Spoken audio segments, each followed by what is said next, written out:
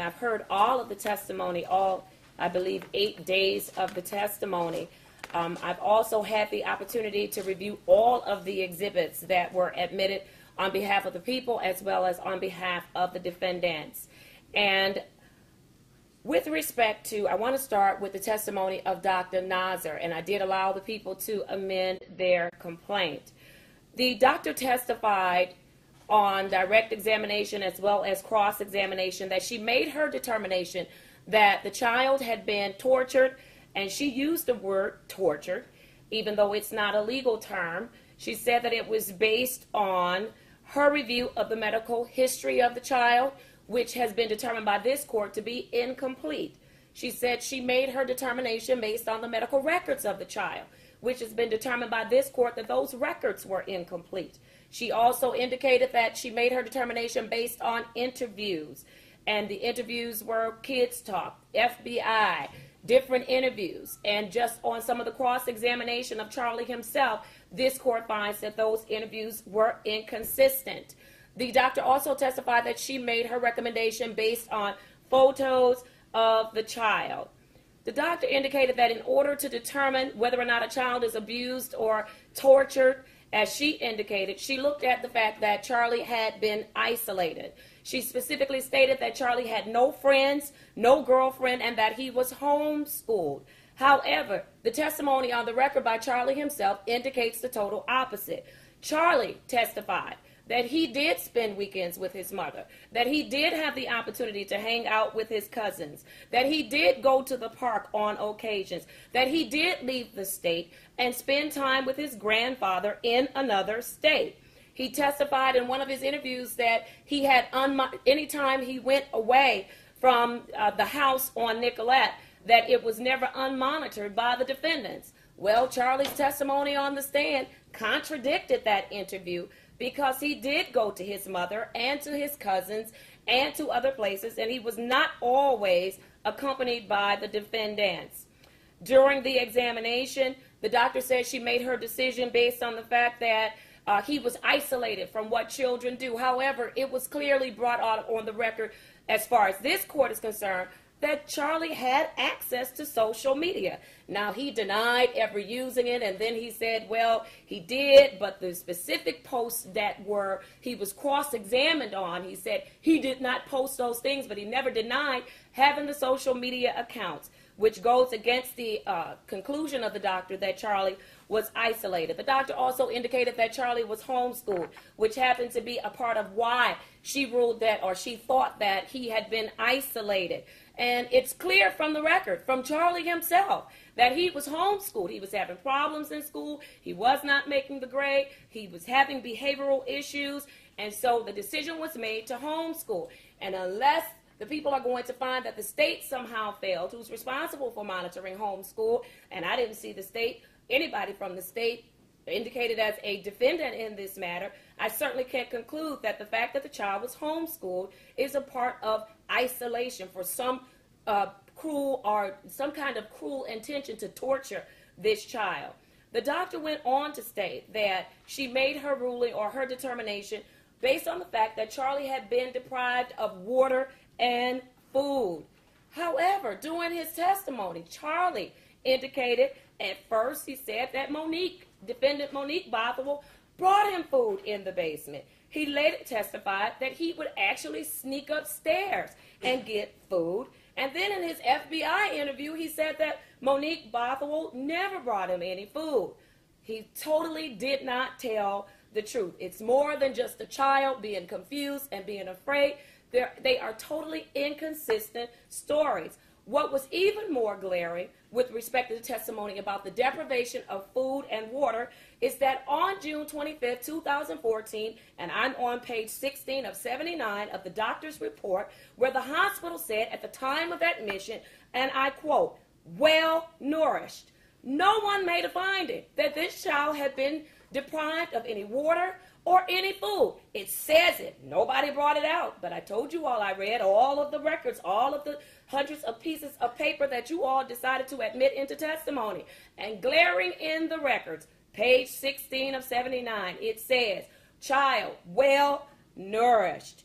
The doctor also indicated that she made her recommendation based on the fact that Charlie had been deprived of some of the basic needs, such as using the bathroom, and he was made to hold his bowels.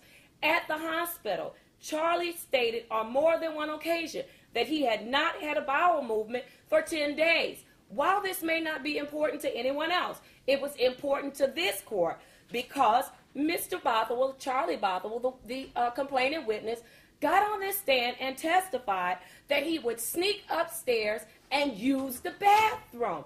Again, this is more than just a child forgetting something, being nervous, totally inconsistent stories, and I could not believe what he said. The doctor also testified that she made her recommendation of torture because of the excessive exercise and weight loss. However, on cross-examination, Dr. Nazar, who never had a conversation with Charlie, who never examined Charlie, who did not have the complete medical history, did not have the complete medical records, knew about the inconsistent statements in his interviews, assuming that she did. I could never really get clear on whether or not she reviewed all of the interviews, but she never talked to Charlie. And on cross-examination, she indicated that it could have been that he did not have enough food, or it could have been that it was too much exercise that could account for the 25-pound weight loss that the child has sustained over a 2-year period. Now, I bring that point up because when the doctor says, well, it could have been the lack of food, again, the hospital who examined the child at the time that he was brought in, the records say, well nourished. In addition, Dr. Nazar, on cross-examination, admitted that she never reviewed the records of Dr. Mosby, who had examined this child with respect to his weight issues and had developed a plan for Charlie with respect to his weight loss. Those things are important if you're going to make a determination that a child has been tortured and that part of your decision is based on the lack of food or excessive exercise. So now it takes us to the basement. In order for me to find that the defendants tortured this child, I must find that there was a forcible restriction of his movements or forcible confinement of where he could not move about, or they were interfering with his ability to move about. The court cannot find that, and here's why. First of all, I heard officer after officer get on this stand and testify that they searched the house. There was a missing child that had been reported, and they searched the house. Not only did they search the house, specifically, they searched the basement. Not only did they specifically search the basement, but they did it on more than one occasion. There were officers that testified that there were dogs that were brought out to this scene. Dogs who never detected Charlie. Now, it's very important to understand that the cadaver dog did pick up a scent of Charlie in the back of the car that was driven by Mr. Bothuell and in a dumpster, and I believe there was another hit. However, there was some testimony given that the cadaver dog wouldn't pick up his scent if he was alive. It's for decomposition of the body. But Charlie is still alive. He really did show up and testify here at the preliminary examination. And so in order for the court to find that this child was forcibly confined to a basement, not given food, but then given food, that he was forcibly confined to a basement, that he heard his father looking for him, saw his father looking for him, he testified that his father didn't put him in the basement, yet he never yelled out, yet he never stood up, yet he never made himself known. I just don't believe him. I don't believe that he was in that basement, and as a part of the preliminary examination, I am required to assess credibility. It doesn't get to the finder of fact if I find the witness to be wholly incredible, which is what I found this witness to be with respect to his confinement in that basement. I don't believe that he was there 10 days. I don't believe that they restricted his movement. I don't believe that the police were there and they did this thorough investigation, the FBI, the evidence recovery team, the trace team, the dogs, and nobody found little Charlie in the basement of his home. I just cannot believe it. And so, based on those reasons, I am finding that the people have not met their burden. With respect to count 1, I am dismissing count 1 as to torture. With respect to count 2, child abuse in the second degree. You're right, Mr. Smith. I must find that they used reasonable force. The testimony on this record was that this child was punched and that he was choked, that he was he was disciplined with a PVC plastic pipe. Also, the pictures were consistent with his testimony where he said his father took that pipe, put it in his chest, turned it, and broke the skin. I reviewed a photograph that was consistent. The doctor testified that that scar was consistent with the use of that PVC pipe.